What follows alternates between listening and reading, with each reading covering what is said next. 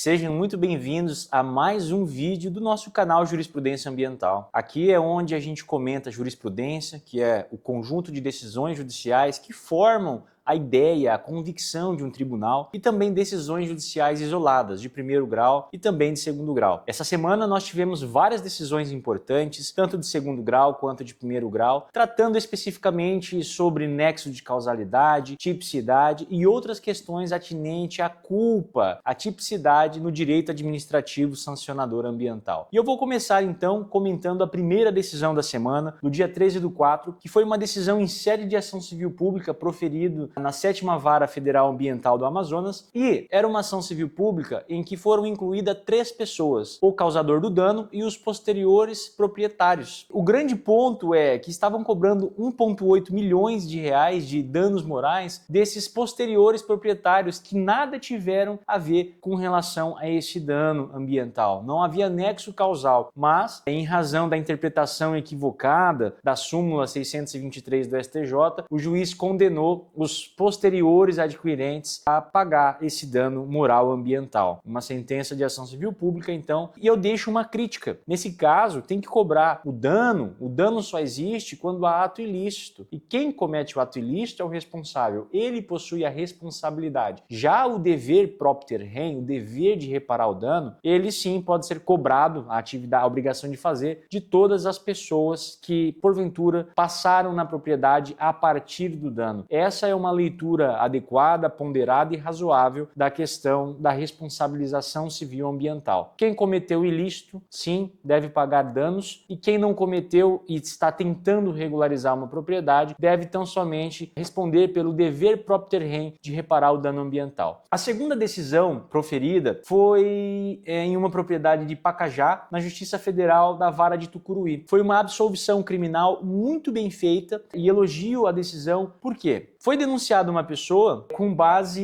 em declaração de um vaqueiro. Não, foi fulano de tal que cometeu essa supressão. A única prova era em fase policial do agente do IBAMA. Ele foi lá e confirmou em juízo, não, foi o fulano de tal que desmatou, mas não havia nenhuma outra prova em juízo de terceiro, de particular e outras questões desse tipo, o que ocorre muito na região amazônica. As pessoas falam, foi o seu Zezinho, foi o fulano de tal, mas não tem documento. O cadastro ambiental rural sequer estava no nome dele. Então o juiz entendeu que não tinha como provar nexo causal ou autoria. A próxima decisão de quarta-feira, no dia 15/4, foi uma fiscalização remota, um embargo ambiental em que havia licença, inclusive no Sinaflor, para a supressão. E o IBAMA simplesmente autuou sem consultar o Sinaflor, sem consultar se havia licença, e evidentemente que foi juntado no processo, o juiz logo de cara determinou o levantamento do embargo. Isso acontece muito, seja por falta de comunicação, seja por falta de cuidado na hora de autuar, e as consequências para o produtor rural são gravíssimas. Se há autorização de supressão, ainda que não esteja no Sinaflor, o ato é lícito. Tudo bem que tivemos uma recente decisão na DPF 743 declarando nulas autorizações de supressão que não estiverem no Sinaflor. Mas, entendo que isso viola o Pacto Federativo, cada estado tem autonomia constitucional para resolver os problemas ambientais, para determinar como funcionará, e eventual necessidade de ter um sistema unificado depende de determinação legislativa, não é o STF no meio de uma DPFzinha que pode determinar isso. Outro ponto importante e uma decisão muito legal, na cidade de Rio Maria, no Pará,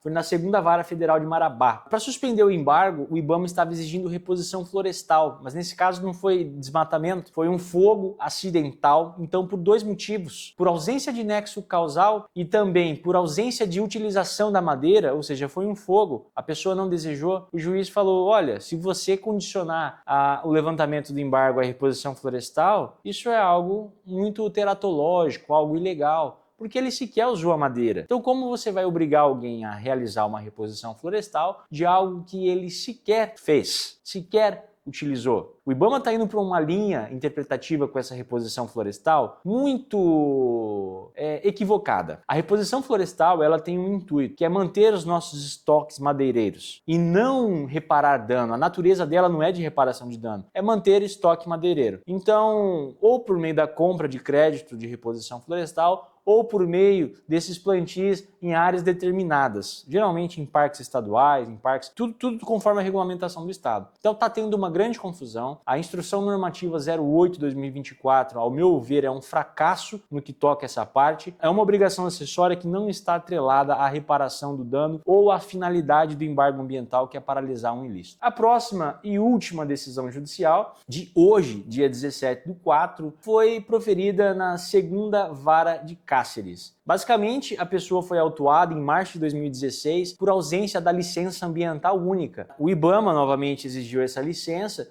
Entretanto, aqui no Mato Grosso não existe essa licença ambiental única, e sim a autorização provisória de funcionamento. A autorização provisória de funcionamento, para quem não sabe, é um documento expedido pelo estado de Mato Grosso para as áreas consolidadas. Depois que o CAR é validado, você envia uma comunicação para a SEMA e fala: olha, o meu CAR foi validado. Por favor, emita novamente a minha autorização provisória de funcionamento para que eu possa utilizar as áreas, porventura desmatadas, dentro dos percentuais permitidos, ou desmatadas com a autorização do órgão ambiental competente, no caso a SEMA. Então a APF, ela faz a vez de licença ambiental aqui no estado do Mato Grosso. E um ponto que tem que ficar claro: a partir de fevereiro de 2026, não há necessidade de licença ambiental para atividade de pecuária e agricultura, as normais que nós conhecemos. Pecuária a extensiva, não estou falando da intensiva, de confinamento e de alta carga e de possibilidade de impacto ambiental, mas aquelas tradicionais campesinas que nós conhecemos. Até que o STF diga o contrário, a lei de licenciamento ambiental, ela encontra-se plenamente válida. Então, a parte que dispensa a atividade de agricultura e pecuária de licenciamento está válida. E, portanto, em artigo já publicado, eu entendo que todas as autuações por ausência de licença ambiental na atividade de pecuária e agricultura, elas devem ser extintas administrativamente em razão do benefício da retroação da norma punitiva benéfica. Então, tanto embargo